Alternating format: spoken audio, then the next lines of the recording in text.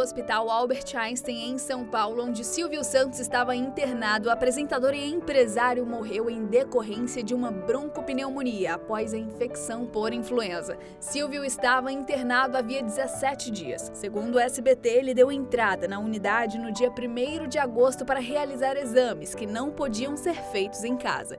Em julho, o empresário teve um quadro de H1N1. A broncopneumonia é uma inflamação que atinge partes internas do pulmão, como brônquios e alvéolos, podendo ser causada por vírus, fungos ou bactérias. Esta condição é mais comum em idosos, como o Silvio Santos, que tem maior risco de desenvolver formas graves da doença, incluindo complicações como abscessos pulmonares, infecções generalizadas e insuficiência respiratória. Familiares e amigos de Silvio Santos compareceram ao enterro do apresentador na manhã de domingo. O corpo do dono do SBT foi sepultado no cemitério israelita do Butantã, em São Paulo, por volta das 9h20. A cerimônia, fechada ao público, foi breve, mantendo a discrição pedida por Silvio. O sepultamento começou pouco antes das 9h e contou com a presença de Iris Abravanel, das filhas do apresentador e alguns famosos, como Celso Portiolli, Carlos Alberto de Nóbrega e César Filho. Alguns fãs foram à porta do local levando cartazes e homenagens com a foto do apresentador.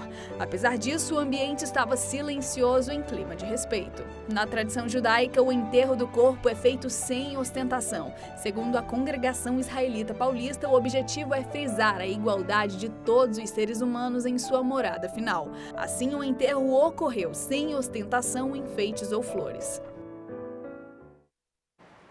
Foi um final de semana totalmente diferente do que a gente estava acostumado. E o domingo sem Silvio Santos, difícil a gente imaginar que esse dia chegaria, né, dona Raia? Pensando no que falar, veio na minha cabeça que Silvio Santos nos deixou no sábado, para não entristecer o nosso domingo. Ele que deu tanta alegria nos domingos da televisão brasileira, natural do Rio de Janeiro, mas escolheu São Paulo para ser sua cidade, sua capital, seu lugar de negócios. Camelô, vendia canetas. E quem diria que um homem tão simples pudesse ter deixado assim uma história fascinante. Silvio Santos com certeza nunca vai ser esquecido por nós. Deixou a história da televisão brasileira e a história da comunicação marcada no nosso país. E para isso, vamos fazer o seguinte? Vamos relembrar a trajetória inteirinha desse comunicador que deixava o Brasil com o coração aberto, só esperando as tardes de domingos, né? E Silvio Santos nos deixou, mas deixou também muitas memórias e é o que a gente relembra com você a partir de agora. Eu não nasci dono de televisão, eu fui dono de televisão porque os donos de televisão fecharam as portas para mim. Quando se fecha uma porta, Deus abre uma janela. Silvio Santos, um dos rostos mais conhecidos e queridos do Brasil, era um exemplo icônico de carisma e talento empresarial. Nascido Cenoura Abravanel em 12 de dezembro de 1930, no bairro da Lapa, Rio de Janeiro, era filho de 2 imigrantes judeus que vieram do antigo Império Otomano. Seu pai Alberto era de uma região hoje pertencente à Grécia e sua mãe Rebeca de uma cidade que atualmente fica na Turquia. Desde cedo, Silvio demonstrou uma habilidade natural para os negócios, começando como camelô aos 14 anos, vendendo capinhas de plástico para títulos de eleitor nas ruas do Rio de Janeiro ao lado de seu irmão Leon. A habilidade e a voz marcante de Silvio o levaram a ser convidado para um teste na Rádio Guanabara, onde passou em primeiro lugar, superando até Chico Anísio. Apesar do sucesso inicial na rádio, ele continuou como camelô, pois lucrava mais desta forma. Mais tarde, ao servir o exército na escola de paraquedistas, ele se viu obrigado a abandonar a carreira de camelô e voltou a trabalhar como locutor de rádio nos dias de folga. Silvio Santos não parava de inovar. Em suas viagens diárias de barca para Niterói, onde trabalhava em uma rádio local, teve a ideia de instalar um serviço de alto-falantes no transporte, tocando músicas e fazendo propagandas. A ideia foi um sucesso e expandiu para incluir bingos e bares nas bancas. Aos 20 anos, Silvio decidiu se mudar para São Paulo, onde começou a apresentar espetáculos e sorteios em caravanas de artistas. Ele também criou uma revista chamada Brincadeiras pra Você, que vendia em comércios locais. Seu talento para os negócios começou a se consolidar com a criação do Baú da Felicidade em 1958, que inicialmente era uma empresa de vendas a prazo de brinquedos. Com sua visão empreendedora, Silvio expandiu o negócio, incorporando eletrodomésticos e outros produtos ao sistema de carnês.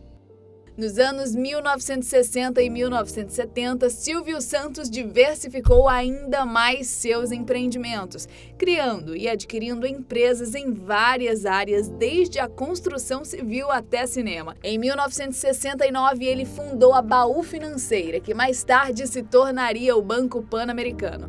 Além disso, em 1991, ele lançou a Telecena, fortalecendo a divisão financeira do grupo Silvio Santos. Silvio Santos sempre sonhou em ter sua própria emissora de TV, o que se concretizou em 1975 com a criação da TV no Rio de Janeiro. Este foi o embrião do SBT, fundado em 1981, que rapidamente se tornou uma das principais emissoras do país. Sua popularidade como apresentador só crescia, o que quase o levou a se candidatar à presidência do Brasil em 1989, mas sua candidatura foi barrada na justiça.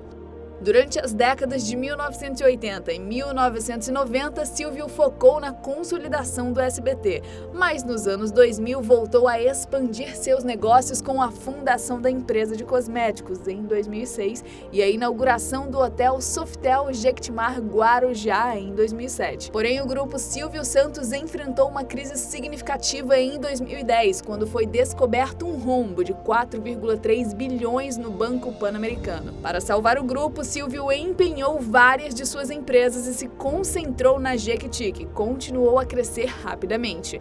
Mesmo após essa crise, o grupo Silvio Santos permaneceu forte, faturando 5,9 bilhões em 2013, com um lucro de 800 milhões. Silvio Santos, com seu talento único para os negócios e sua habilidade de encantar o público, se manteve como uma das figuras mais influentes e admiradas do Brasil.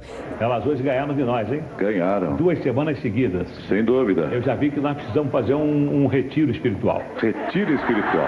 Porque carnaval não é para nós, não, Wagner? Não é para nós, não, Silvio. Seu legado é uma inspiração para muitos brasileiros. Silvio Santos nos deixa uma história de vida impressionante, um legado que mudou a TV brasileira, a vida de artistas, produtores e telespectadores. Qual é o prêmio Lombardi, diz aí? Qual é a música, quem sabe canta aí?